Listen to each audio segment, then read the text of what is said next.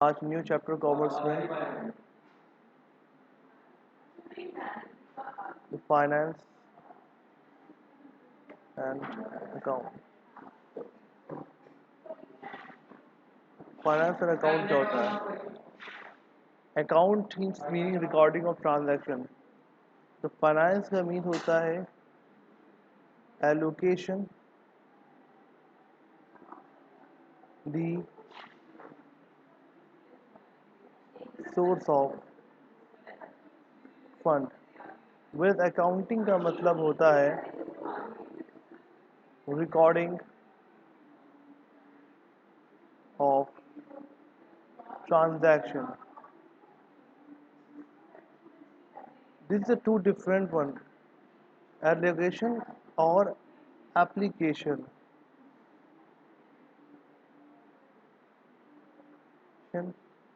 The source of fund and उसको record करने का काम किसका होता है? अकाउंटिंग का होता है, अकाउंट का होता है।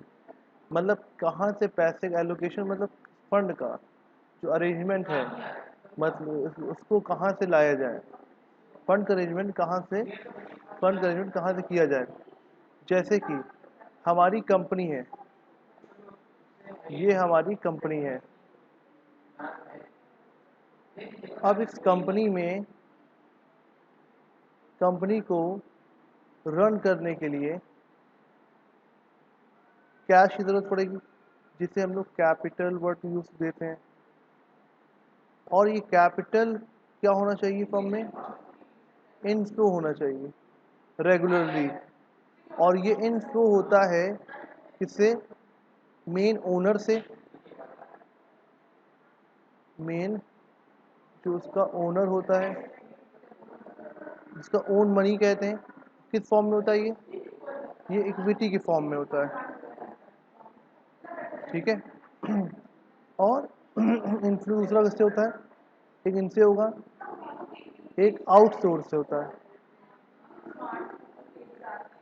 आउट सोर्स से। आउटसोर्स से कहाँ से होता है?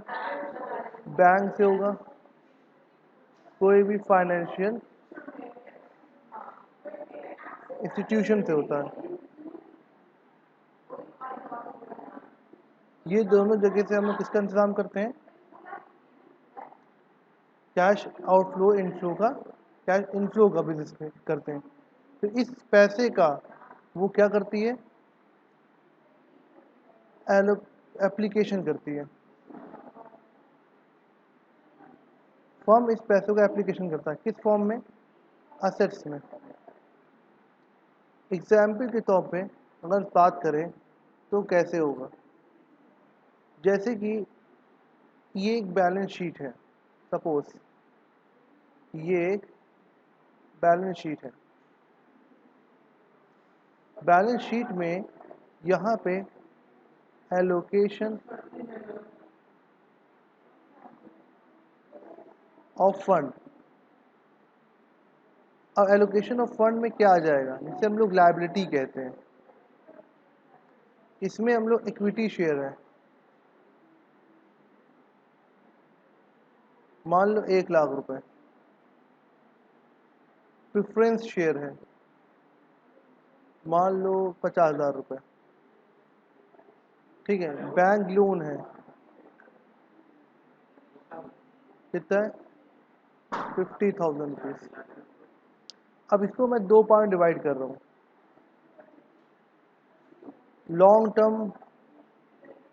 लॉन्ग टर्म बोरोइंग है किसी और से 10,000 रुपीज।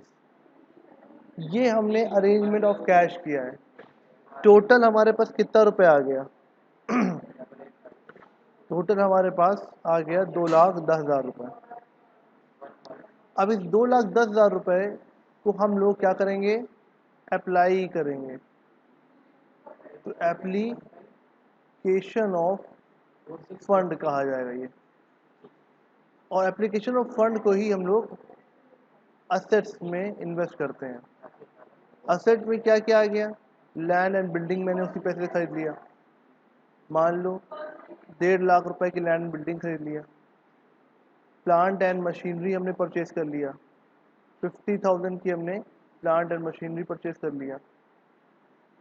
ठीक है, बाकी हमने क्या किया, कैश इन हैंड रख लिया। ठीक है, तो ये क्या हुआ, 2 लाख और 10,000 रुपये हमने कैश इन हैंड रख लिया। बैलेंस शीट हमेशा इसीलिए टैली करती है। अगर ऐसा ना हो तो हमको पता चल जाएगा कि कंपनी फ्रॉड हुआ है, जितना पैसा आया उतना पैसा लगा नहीं है। तो इसे कहते हैं allocation and application of fund. और जो रिकॉर्डिंग कर रहे थे हम, ये 1.5 लाख मशीन पे और प्लांट में हमने 50,000 रुपये, कैश इन हैंड इतना रुपये, इक्विटी इतने रुपए और ये सब जितना इतना रुपए, इस सब की जो रिकॉर्डिंग किया है वो अकाउंट में किया है। एलोकेशन मतलब कहाँ कहाँ से हमने पैसे का अरेंजमेंट किया है, ये फाइनेंस का काम होता है। ठीक है, और इसको रिकॉर्ड करना अकाउंटिंग का काम होता है। तो अब जल्दी से हम लोग डिफिनेशन पे आते हैं और बात करते हैं क्या होता है। द फाइनेंस में be defined as activity concern with the planning. तो फाइनेंस एक एक्टिविटी है। Finance finance is an activity concerned with the planning, concerned with the planning,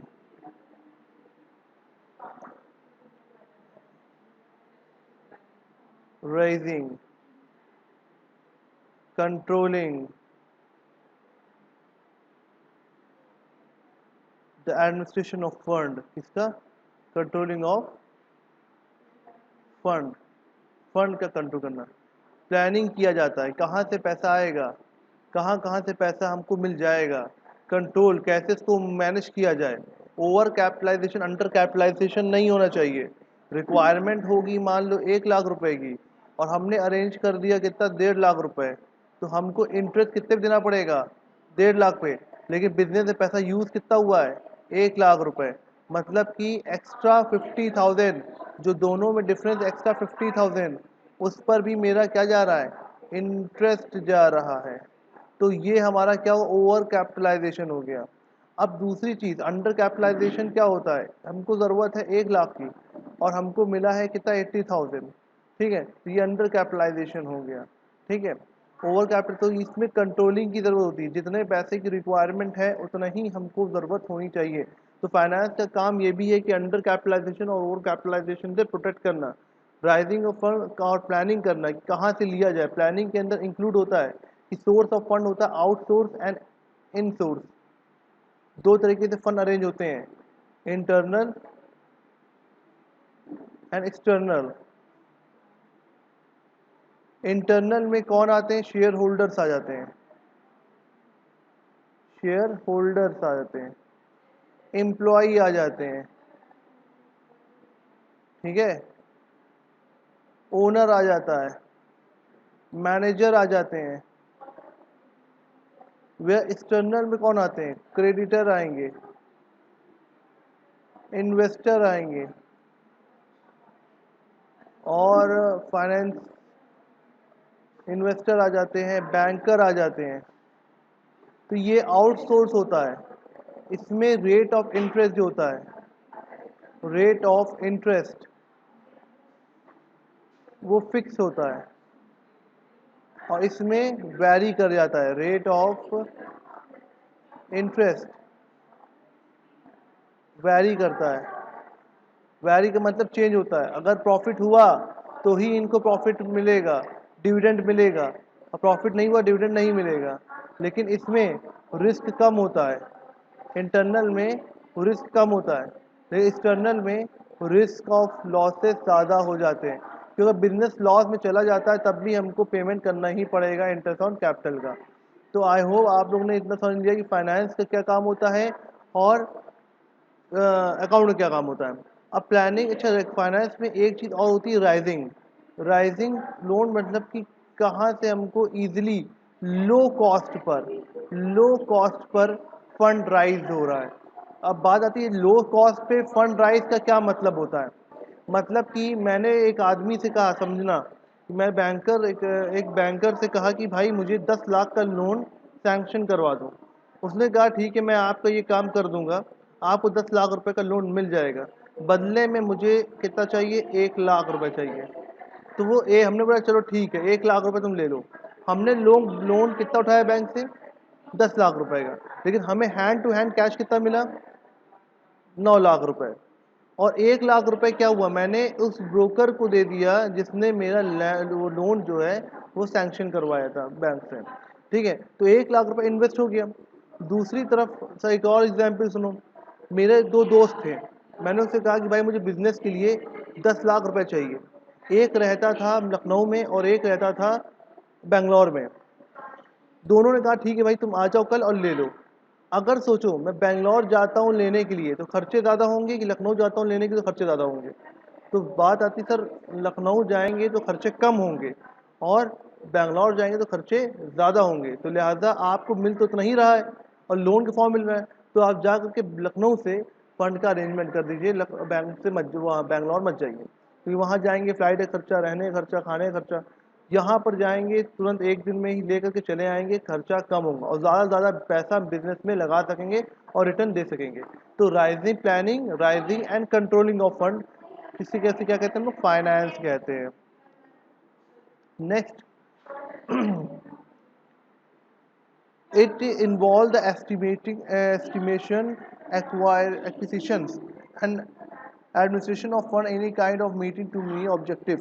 और इसका क्या होता है, इसमें फंड का अरेंजमेंट किया जाता है to meet the objective of the business. Finance का काम क्या होता है,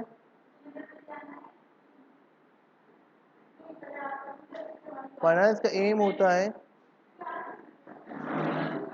अरेंजिंग द फंड, किस लिए, to meet out the future, to meet out the future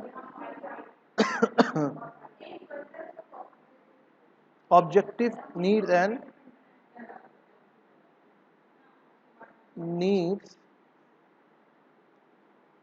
objective of firm। ये हम लोग करते हैं कब, जब हम लोग फाइनेंस में करते हैं। फाइनेंस का एम क्या होता है, फाइनेंस का एम होता है अरेंजिंग करना फंड को मीट आउट करने के लिए फ्यूचर नीड्स एंड ऑब्जेक्टिव जो भी फर्म का होगा उसको मीट आउट करने के लिए। और फाइनेंस इज द मेन, हम बोल सकते हैं it is the heart of the business, heart of business. अगर फाइनेंस नहीं होगा ना तो कुछ भी हम लोग कर नहीं पाएंगे। ठीक है, the management of the finance activity of the business known as a financial management. अब इसको जो जो ये जो इसकी एक्टिविटी को परफॉर्म करता है, जो परफॉर्म करता है उसे कौन कहते हैं, फाइनेंशियल फाइनेंशियल मैनेजर। ये काम किसका होता है, फाइनेंशियल मैनेजमेंट का होता है, मैनेजर का या मैनेजमेंट का।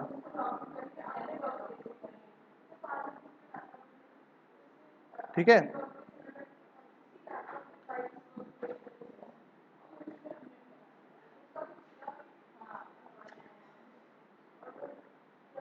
ठीक है। अब ये हमारे अकाउंटिंग, अब क्या था हमारा function of,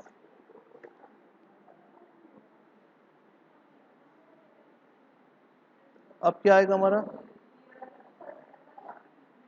the function of finance and account department. Function of finance and account department. Finance के फंक्शन क्या क्या होते हैं, पहला फंक्शन क्या करना, estimating the financial requirement. Estimated में अंदाज़ा लगाना तो फाइनेंशियल रिक्वायरमेंट मतलब कि फंड की, फाइनेंशियल में फंड की कितनी रिक्वायरमेंट है। अब ये कैसे निकालेंगे, हमने बताया था it can be two way, internal होगा एंड एक्सटर्नल होगा। और जो फंड का जो एस्टिमेटेड होता है, एस्टिमेशन होता है, ये डिपेंड किस पे करता है, depend on scale of business पर। अगर बिजनेस बहुत बड़ा है तो फंड ज़्यादा चाहिए, बिजनेस छोटा है तो फंड कम है। अब स्केल ऑफ बिजनेस में तीन बातें आती हैं, या तो ये प्रोप्राइटर बिजनेस होगा, दूसरा या तो ये पार्टनरशिप पार्टनरशिप बिजनेस होगा, या तो वो कंपनी होगी, जिसे हम जॉइंट स्टॉक कंपनी भी कह सकते हैं। अब इसमें ओनर ही सारा पैसा लगाएगा, ठीक है। इसमें पार्टनर्स लगाएंगे, इसमें कौन इन्वेस्ट करेगा, पार्टनर्स करेंगे, इसमें शेयर होल्डर्स करेंगे, ठीक है। एस्टिमेशन किस पे डिपेंड करता है, स्केल ऑफ बिजनेस पे। स्केल ऑफ बिजनेस तीन तरीके का होता है, proprietor, partnership and share holder company. Proprietor में ओनर खुद एक ही मालिक जो होता है वही इन्वेस्ट करेगा, और पार्टनरशिप में पार्टनर्स करेंगे, कंपनी में शेयर होल्डर्स इन्वेस्ट करेंगे। इंटरनल सोर्स ऑफ फंड क्या होता है, ओनर होंगे, एक्सटर्नल में कौन होंगे, आउटसाइडर होंगे। आउटसाइडर के अंदर आ जाएंगे हमारे वही क्रेडिटर, बैंकर, इन्वेस्टर्स एसेट्रा। तो यही चीज़ होती है हमारी, क्या पहला फंक्शन हमारा क्या, एस्टिमेशन ऑफ फाइनेंशियल रिक्वायरमेंट। अब बात आती है इसको एग्जाम में लिखेंगे कैसे। सबसे बड़ी स्टूडेंट की प्रॉब्लम यही होती है, सब समझ तो गए पर लिखेंगे कैसे। तो देखो कैसे होता है, स्टार्टिंग कैसे करेंगे। It is one of the most important function of the finance and accounting department is to estimate the financial requirement. ये हमने क्या रखा, कुछ अलग से पॉइंट नहीं लिखा, हमने कोई भी अलग से पॉइंट को नहीं लिखा, हमने उसी पॉइंट को उतार दिया। अब बताओ कि एस्टिमेशन का मतलब क्या होता है। Estimation depend upon the scale of business, it may be a proprietor business, it may be a partnership business, it may be company. If it is a proprietor business, then the owner can arrange the whole requirement of the fund. Part in the case of partnership, the partners are acquire the funds, and in case of company, the shareholder can arrange the fund. It is the internal source of fund, that is owner, and on the other aspect, the external source of fund, that is outsiders. It may be creditors, bankers और investors. ये हमारा काम होता है इसका arrange करने का, ठीक है। एस्टिमेशन ऐसे किए जाते हैं, समझ में आया। उसके बाद डिजाइन कैपिटल स्ट्रक्चर। अब कैपिटल पॉइंट हमारा क्या आता है, नेक्स्ट पॉइंट हमारा आता है designing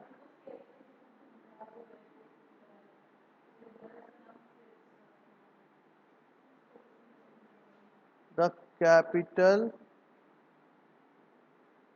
structure.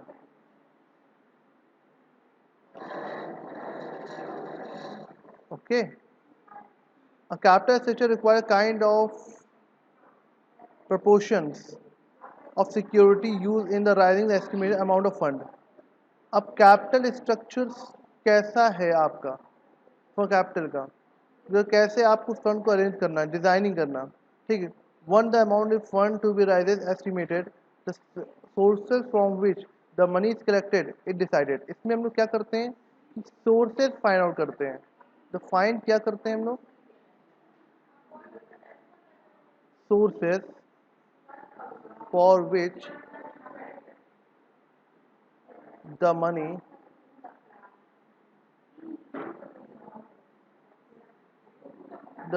To be collected. अब सोर्सेज जानते ही आप लोग, क्या है पहले बता चुके हैं कि इंटरनल एक्सटर्नल दोनों सोर्स होता है।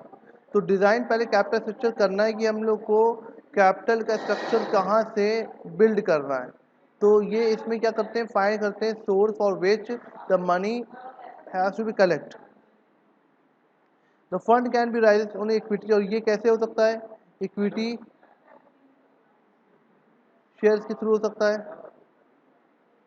प्रेफरेंस शेयर के थ्रू हो सकता है, ओनर्स मैनेजर से वो हो सकता है, ठीक है, राइट शेयर जिसे कहते हैं, राइट शेयर्स के थ्रू हो सकता है, इन्वेस्टर के थ्रू हो सकता है, बैंकिंग के थ्रू हो सकता है। तो बहुत सोर्स होते हैं। तो ये हमारे क्या थे, सोर्स ऑफ फंड थे। ठीक है, इस तरह हम लोग क्या करते हैं, अरेंज करते हैं अपने बिजनेस को। ठीक है, डिज़ाइन करते हैं स्ट्रक्चर्स को। नेक्स्ट टॉपिक हम लोग नेक्स्ट क्लास में करेंगे, वो है राइजिंग ऑफ फंड। सेम यही चीज़ है, राइजिंग ऑफ फंड कैसे किए जाते हैं और कहाँ पर किए जाते हैं। ठीक है, ये चीज़ें।